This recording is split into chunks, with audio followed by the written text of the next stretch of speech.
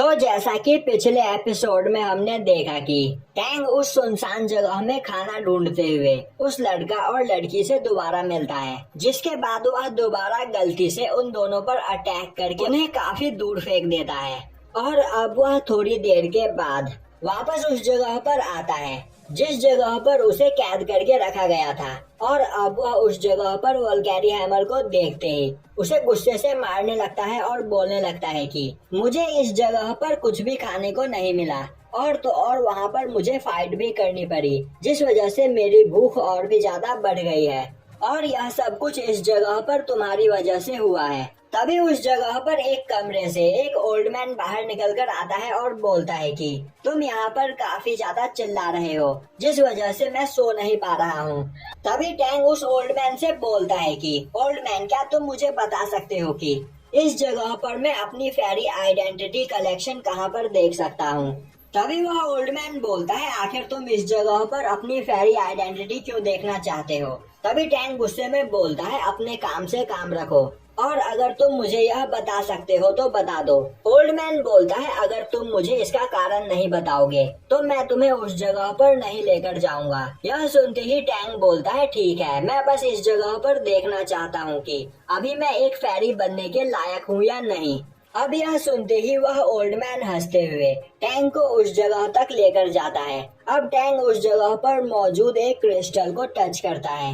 अब उस जगह पर टैंग की आइडेंटिटी काफी बुरी आती है, जो देखकर टैंग बार बार ट्राई करता है, पर हर बार टैंग को सबसे कमजोर आइडेंटिटी ही मिलती है। अब इससे टैंग काफी ज्यादा उदास होता है, जो देखकर ओल्ड मैन टैंग को अपने साथ ले जाता है और बोलता है कि मैं तुम्हारी फीलिंग समझ सकता हूँ, पर अगर तुम इस जगह पर पावरफुल बनना चाहते हो तो तुम्हें एक पावरफुल टीचर चुनना होगा और अगर तुम चाहो तो यहाँ पर मेरे डिसाइपल बन सकते हो, जिसके बाद मैं तुम्हें कई सारी मार्शल आर्ट टेक्निक सिखाऊंगा और तुम्हें एक सीक्रेट बुक भी दूंगा। तभी उस जगह पर एक सोल्जर आ जाता है और बोलता है कि रेंगलाओ, आखिर तुम इस बेकार से बच्चे के साथ इस जगह पर क्या कर रहे हो। तभी रेंगलाओ बोलता है, मैं यहाँ पर काफी ज्यादा बिजी हूँ, तो तुम मुझसे मिलने के लिए बाद में आना।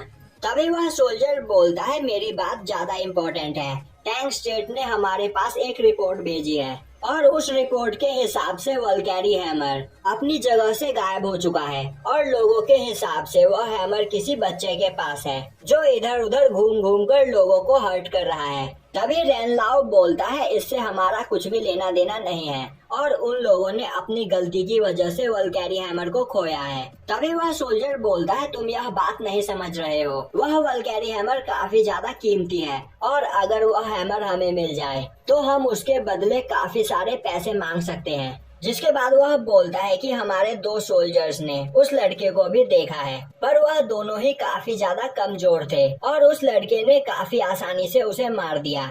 वहीं यह बोलता हुआ वह टैंक की ओर भी देख रहा होता है, पर फिर वह टैंक को इग्नोर करता हुआ उस वल्कैरी हैमर को ढूंढने के लिए जाने लगता है। उसी वक्त टैंक अपने हैमर को उस सोल्जर की ओर फेंकता है, जो देखते ही उस सोल्जर को काफी ज्यादा गुस्सा आता है, पर ओल्ड मैन उसे उसी जगह पर रोक देता है। तभी टैंक बोलता है, तुम जिस वल्कैरी हैमर को ढूंढ रहे हो वह यही है। अब यह सुनते ही ओल्ड मैन और वह सोल्जर दोनों ही काफी बुरी तरीके से हंसने लगते हैं। अब वह सोल्जर हंसता हुआ वहाँ से चला जाता है। तभी वह ओल्ड मैन उस हैमर को उठाने की कोशिश करता है, पर वह हैमर उससे हिलता भी नहीं है और यह देखते ही ओल्ड मैन जल्दी से अपने रूम का दरवाजा बंद कर देता है। जिसके बाद वह टैंक को पकड़कर बोलता है कि फाइनली तुम इस जगह पर आ ही गए, मैं काफी लंबे टाइम से तुम्हारा इंतजार कर रहा था। तभी टैंक बोलता है, ओल्ड मैन, क्या तुम्हारे सर पर चोट लगी है। ओल्ड मैन बोलता है, क्या तुम्हें पता है कि मैं कौन हूँ, मुझसे पूछो कि मैं कौन हूँ। और वह लगातार यही बोले चला जा रहा होता है, जिससे परेशान होकर टैंक बोलता है, हाँ फिर मुझे बताओ कि आखिर तुम हो कौन। अब वह ओल्ड मैन पीछे हटते हुए स्टाइल से बोलता है, तुम इस जगह पर मुझे एक कमजोर सा ओल्ड मैन समझ रहे हो, पर तुम यह नहीं जानते हो कि मैं लिंगपाई पवेलियन का हेड हूँ। पर टैंक उसकी बातों को इग्नोर करता हुआ वहाँ से जाने लगता है। तभी ओल्ड मैन उसे रोकता है और बोलता है कि यह लो गोल्डन पास और यह एक मास्टर कार्ड है, जिसका यूज करते हुए तुम काफी चीजें सस्ते दामों में खरीद सकते हो। और अब मैं तुम्हें इस जगह पर एक सीक्रेट बताने वाला हूँ, तो मेरी बात ध्यान से सुनो। पर टैंक उसकी बात को दोबारा से इग्नोर करता हुआ वहाँ से जाने लगता है।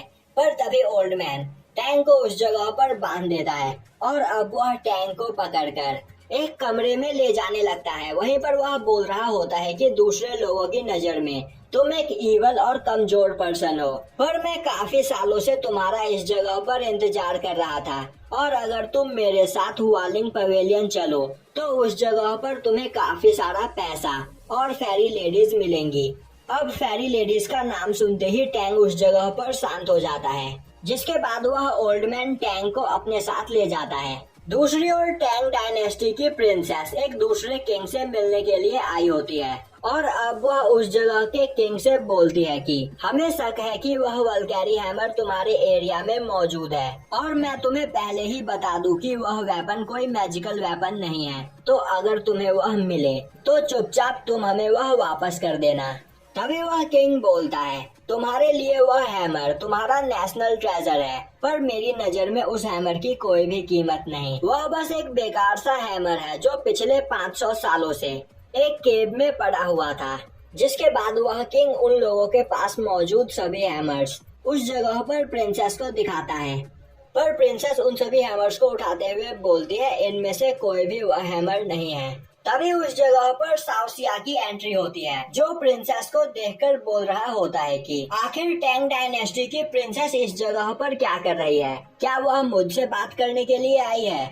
वहीं पर वह सोच रहा होता है कि प्रिंसेस सच में काफी ज्यादा खूबसूरत है। तभी प्रिंसेस बोलती है कि मेरे पास यहाँ पर बेकार के कामों के लिए टाइम नहीं है, और अब यह बोलते हुए वह उस जगह से चली जाती है, जो सुनकर साउसिया को काफी गुस्सा आता है। तभी किंग उसे रोकता है और बोलता है कि मैं इस जगह पर यह जानना चाहता हूँ कि आखिर उस वल्कैरी हैमर को किसने उठाया है। क्या वह इमॉर्टल लॉर्ड क्रोन है या फिर 8 इमॉर्टल में से कोई एक। तभी साउसिया बोलता है उसे नहीं लगता कि उन लोगों में से किसी ने भी उस हैमर को उठाया है, और वह यह भी बता सकता है कि वह लोग कभी भी उस हैमर को नहीं ढूंढ पाएंगे। और यहीं पर यह एपिसोड खत्म हो जाता है।